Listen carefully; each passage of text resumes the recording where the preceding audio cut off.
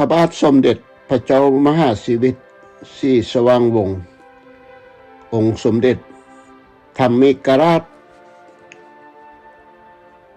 ภาคที่10กล่าวถึงสมเด็จเจ้ามหาอุปราชเพชรราชรัตนวงศาเจ้าฟ้าสายเพชรราชเป็นบุคคลที่มีอำนาจอิทธิพลหลายที่สุดสำหรับวิชาชีพของเจ้าหน้าหรือว่าเจ้าหวังหน้าที่ผู้มีอำนาจของเรา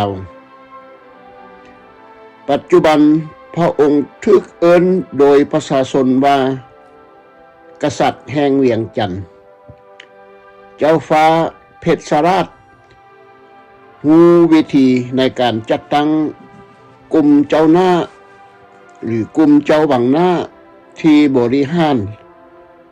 และผู้บริหารที่มีชื่อเสียงพระองค์มีกฎหมายอาณานิคมที่แปลเป็นลาวและจัดตั้งโรงเรียนสำหรับฝึกอบรมผู้บริหารลาวขึ้นพระองค์ใช้ความรู้ที่เพิ่มขึ้นในการบริหารจัดกิจการพระราชวังในหลวงพระบางในปี1927และจะทำแบบนั้นอีกครั้งในปี1941พระองค์มีส่วนสำคัญในการเจรจาข้อคืนแข้งหัวพันให้กับคืนสู่วงศาคณาญาติและตกลงคืนในปี1929การเสด็จเยี่ยมยามทั่วประเทศในฐานะผู้บังแยงดูแลอาณานิคมเหตุให้พระองค์เป็นหนึ่งในสมาชิกราชวงศ์ลาวที่เป็นผู้รู้จักหลายที่สุดเจ้าฟ้าสายเพชรราชทรงตั้งพระทัยแน่วแน่ที่จะเสริมสร้างศักดิ์ศรีและฐานะของเสือพระวงศ์โดยทั่วไปท่ามกลางความเยอะยิ่งของพวกเจ้าอาณานิคมสำหรับราชวงศ์ซ่องพระองค์แล้วการดูถูกสิ่งพระองค์ได้เอิ้นว่าหัวเมืองขึ้นนั้นถือเป็นการดูถูกดูแค้น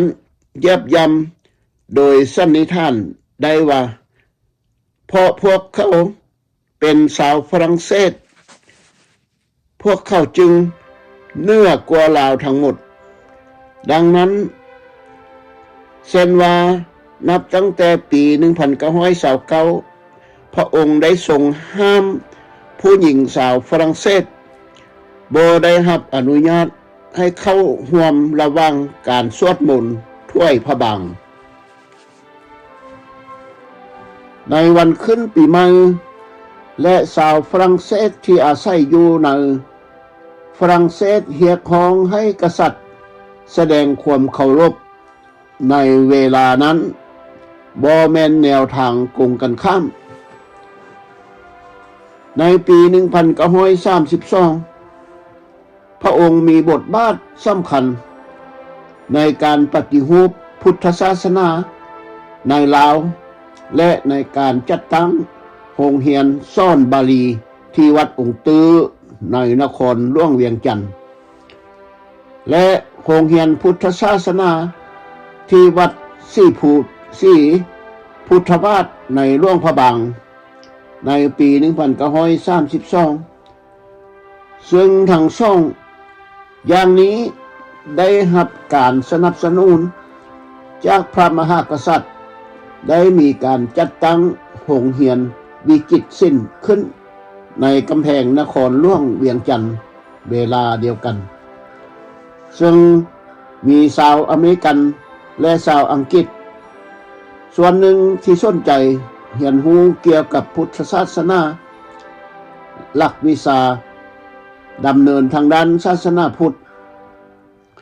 อันแท้จริงจึงได้พากันเฮ็ดตนเองและยักสนใจจัดตั้ง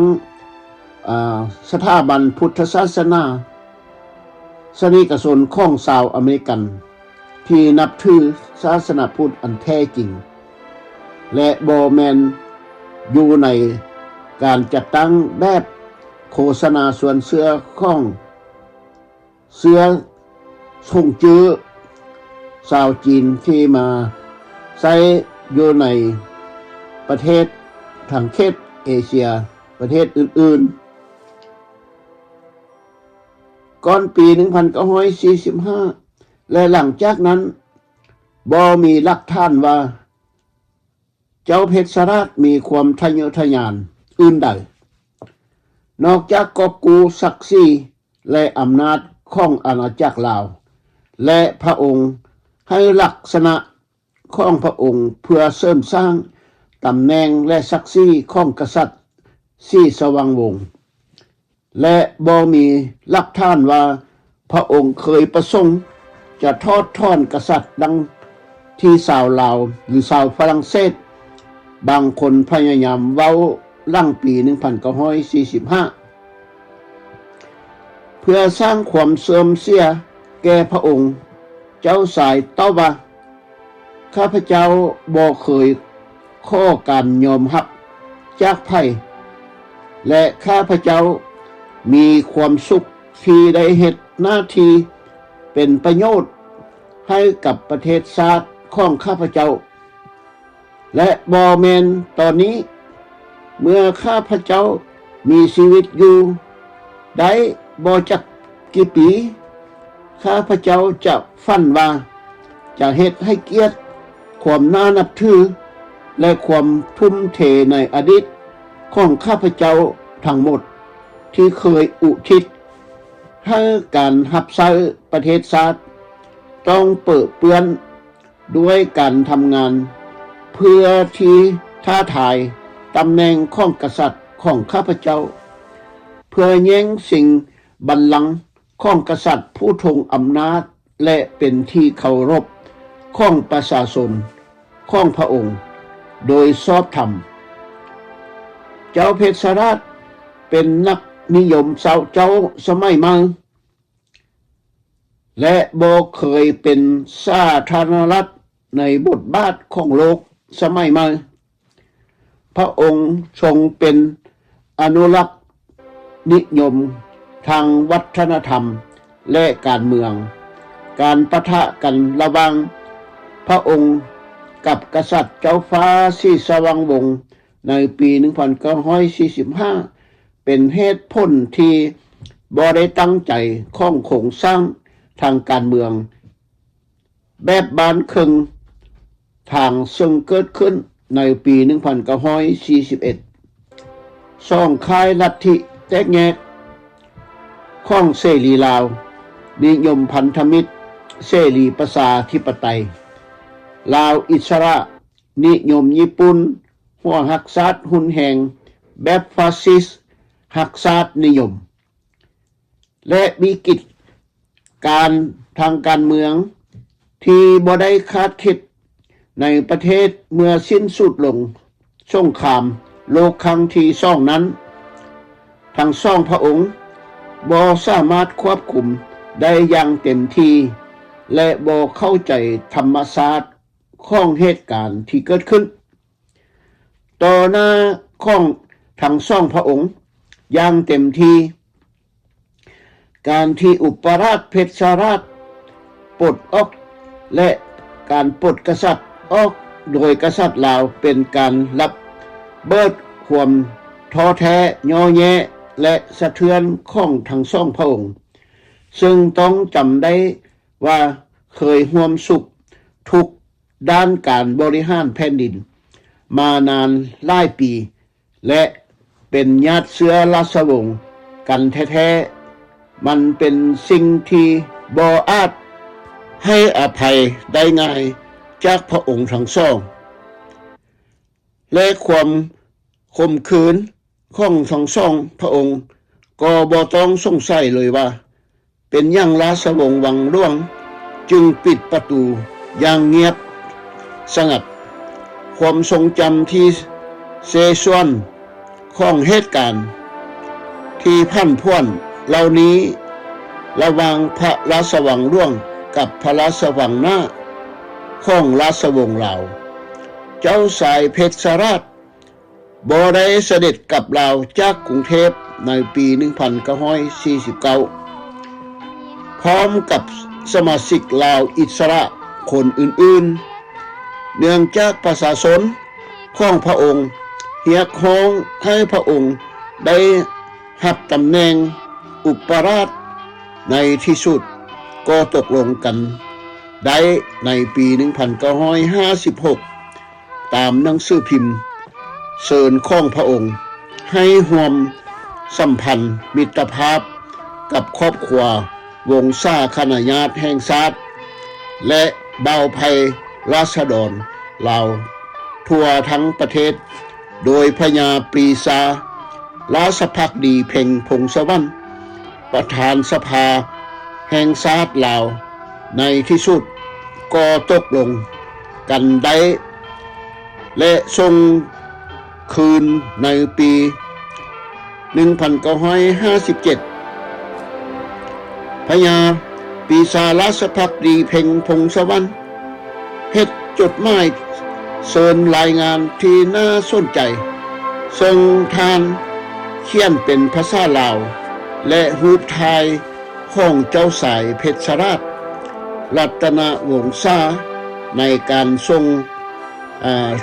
พระองค์กลับคืนสู่ราชอาณาจักรลาวเพื่อร่วมสุขทุกข์กับวงศาคณาญาติแห่งชาติภายใต้โพธิสมภารของพระบาทสมเด็จเจ้าฟ้าศรีสว่างวงศ์ธรรมิกราชที่เห็นรูปภาพนี้ก็ได้แสดงให้โดยแม่น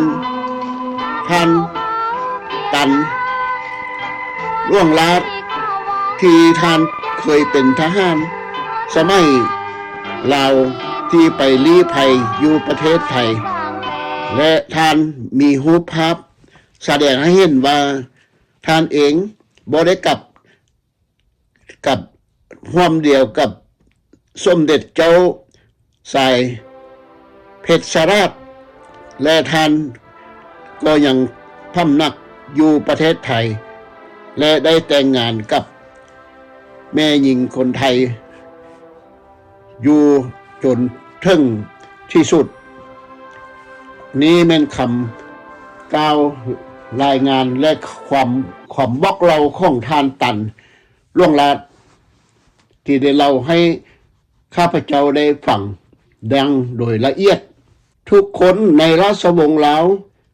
รายงานท่านพันเอกตันล่วงลาดบ่ได้เดินทางกลับประเทศลาวแต่ได้ร่วมอำลาเจ้าสายเพชรราชพร้อมกับเจ้าหน้าที่ของราชวงศ์ลาวและคณะต่างหน้ารัฐบาลลาวมาคอยต้อนรับมาคอยรับต้อนเมื่อพระองค์เสด็จกลับสมเด็จเจ้ามหาอุปราชเพชรราชล้มเหลวในการชิงอำนาจทางการเมืองความหักษาของพระองค์ขัดแย้งกับความเห็นแก่ตัวของนโยบายฝรั่งเศสภายหลังสงครามโลกครั้งที่สองที่มีต่อลัทธิชาตินิยมที่กลับมาฟื้นคืนอีกเทื่อหนึ่งระหว่างความแตกแยกเสรีลาวกับลาวอิสระแม้นได้เห็นอย่างจะแจ้งที่ท่านได้เห็นอยู่นี่แม่นเจ้าฟ้าสายเพชรราชส่งกดแถวทหารกองเกียรติยศเมื่อเสด็จกับเวียงจันทร์ในปี 1957 รูปภาพนี้แม่นท่านตันล่วงลาดที่ได้เก็บกำไว้ให้ข้าพเจ้าเอาไว้เป็นที่ประวัติศาสตร์ของลาวอันมืดมนให้ลูกหลานได้เรียนรู้ไปในอนาคตข้างหน้านโยบายฝรั่งเศสหลังจากสงครามโลกครั้งที่สองที่มุ่งหน้าฟื้นฟูชาตินิยมลาวอีกเทื่อหนึ่งการปลด ผู้สำเร็จราชการแทนพระองค์ยังมีอยู่ของกษัตริย์ศรีสว่างวงศ์แต่ผู้นำที่ท้อแท้ของเราอิสระก็เสื่องไว้ในใจข้องความลับไว้อย่างดีภายใต้ราชสำนักแบบเก่าเจ้าสายเพชรราชทรงกระวนกระวายที่จะเสด็จกลับประเทศลาวแต่ด้วยสำนึกในพระเกียรติยศของพระองค์จึงทรงเรียกร้องให้พระองค์ได้รับตำแหน่งอุปราชผู้สำเร็จราชการแผ่นดินแทนพระองค์ตามเดิมความเป็นเอกราชของลาวให้เป็นที่ยอมรับอย่างถูกต้อง